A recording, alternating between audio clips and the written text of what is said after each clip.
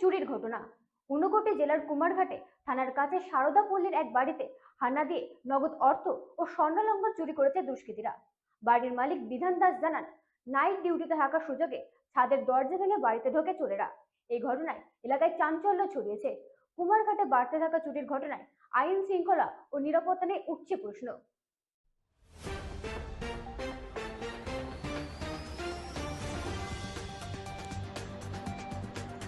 সুশাসনের ত্রিপুরায় ফের চুরির ঘটনা ঊনকোটি জেলার কুমারঘাটে।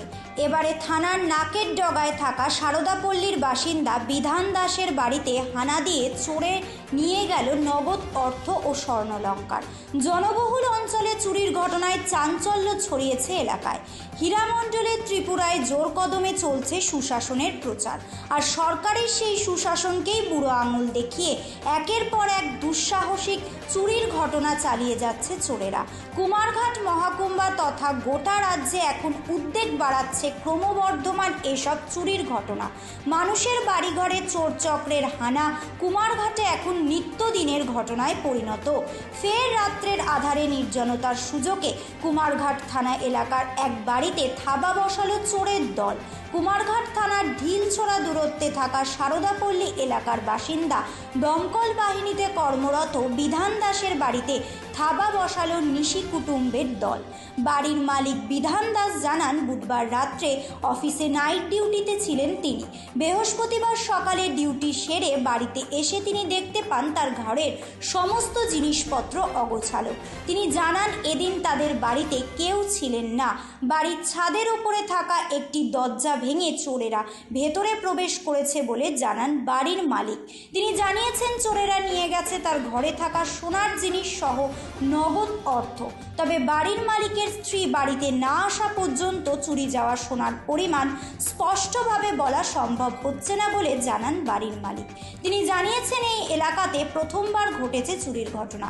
তিনি জানান, কুমারঘাটে ক্রমশ বৃদ্ধি পাচ্ছে চুরির ঘটনা। মাদকের নেশায় আসক্ত হয়ে একাংশ যুবক এই ধরনের ঘটনার সঙ্গে যুক্ত হচ্ছে বলে আশঙ্কা প্রকাশ করেন ওই ব্যক্তি। ঘটনার পর খবর দেওয়া হয়েছে কুমারঘাট থানায়।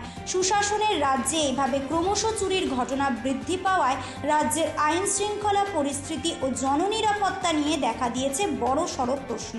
রাজ্যের বুকে ক্রমশ চুরির ঘটনা বৃদ্ধি পাওয়ায় উদ্বেগ সচেতন মহলে। Bureau report, রাতদিন news network.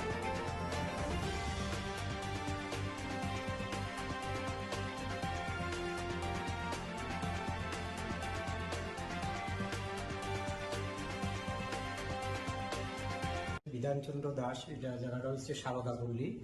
তো কালকে রাত্রে আমার ডিউটি আসতো, নাইট ডিউটি। তখন আমি নাইট ডিউটিতে গেছি। তো নাইট ডিউটি করিয়া আইয়া সকালবেলা যখন আইসি 8টার সময় আমার ডিউটি শেষ হয়েছে পরে, যখন আমি আইসি করে আইয়া দেখতেছি যে আমার ঘরটা উলট পালট করে দিচ্ছে। সম্ভবত চুপ ঢুকছে, চুপ ঢুকে এগুলো করছে। পরে কেউ আসতো না, খালি ছিল ঘরটা। ছাদের উপরে দিকে ঢুকছে।